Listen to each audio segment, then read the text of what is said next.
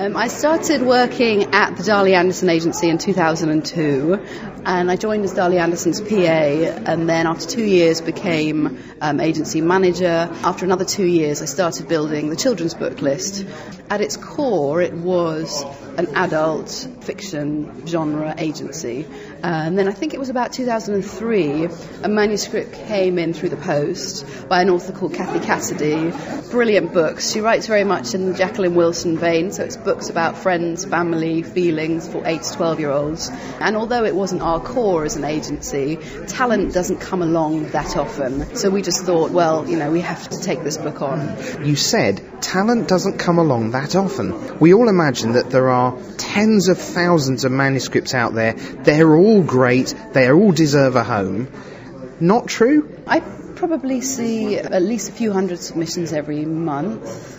And it's probably only 4 or 5 times a month that something comes in that I think, wow, this is really interesting. There are so many submissions, maybe where an author has a strong concept or has a strong character, but in terms of kind of all the elements coming together, it's not something that you see very often. It can be difficult to find an agent, it can be difficult to find a publisher, but I absolutely think that if you've got something great, it will rise to the surface. I firmly believe it. Somebody talking earlier today about what a wildly subjective business it is and how it's very much in the eye of the beholder. And extraordinary books get turned down all the time by people who know exactly what they're doing. The problem is they're just not the right people to champion that book. There isn't that connection somehow. When you do reach that submission point with a book, you might make the decision to sort of almost matchmake a project to a house and an editor. Other times you might want to send it out to everybody and see what happens if they fight it out amongst each other. Now, in 2007, Sarah Davies, who's a long-time industry professional, she moves out to America and sets up the greenhouse, and you join her in 2008.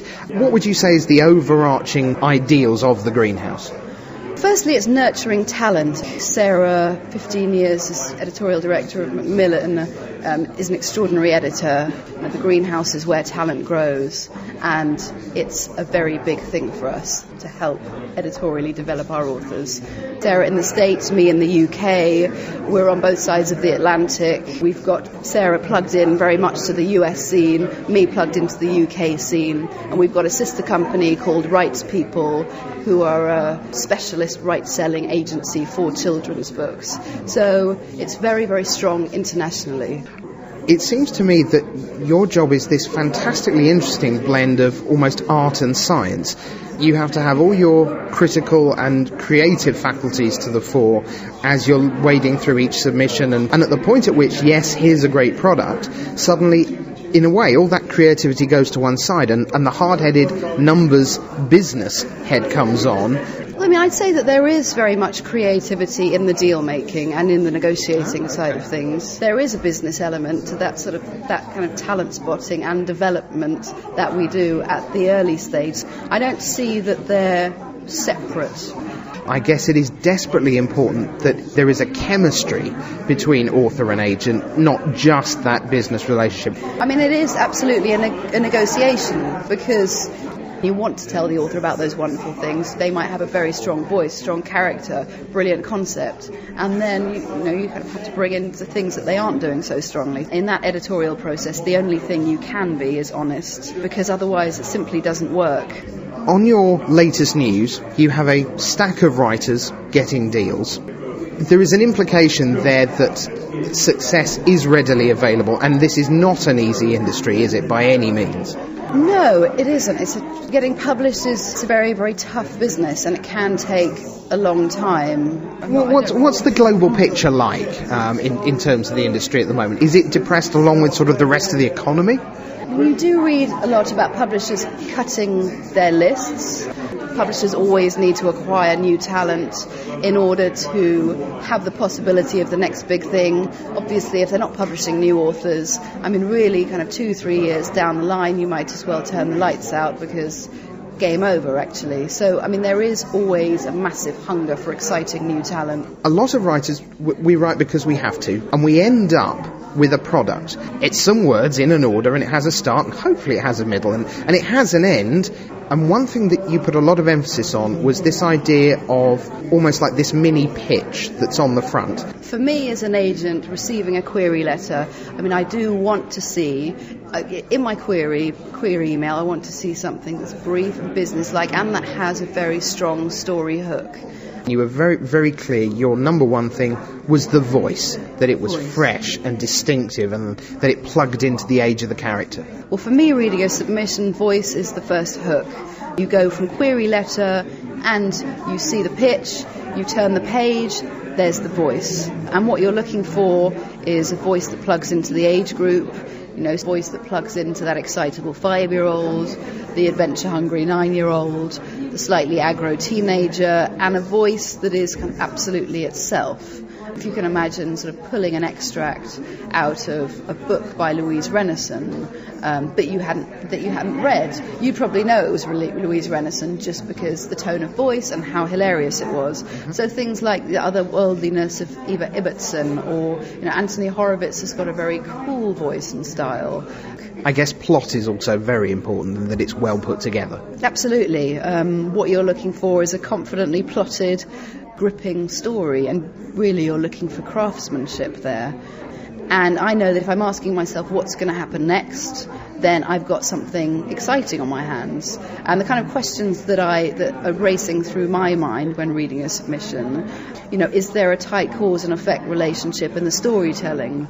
Is the tension held scene on scene? Are the stakes being raised chapter on chapter? Does the main story arc take off early enough? Is the pacing right? Is there enough conflict? Is the backstory artfully woven in, or does it beat you over the head with a saucepan in the first chapter? So these are all things that I'm asking myself when it comes to story plot.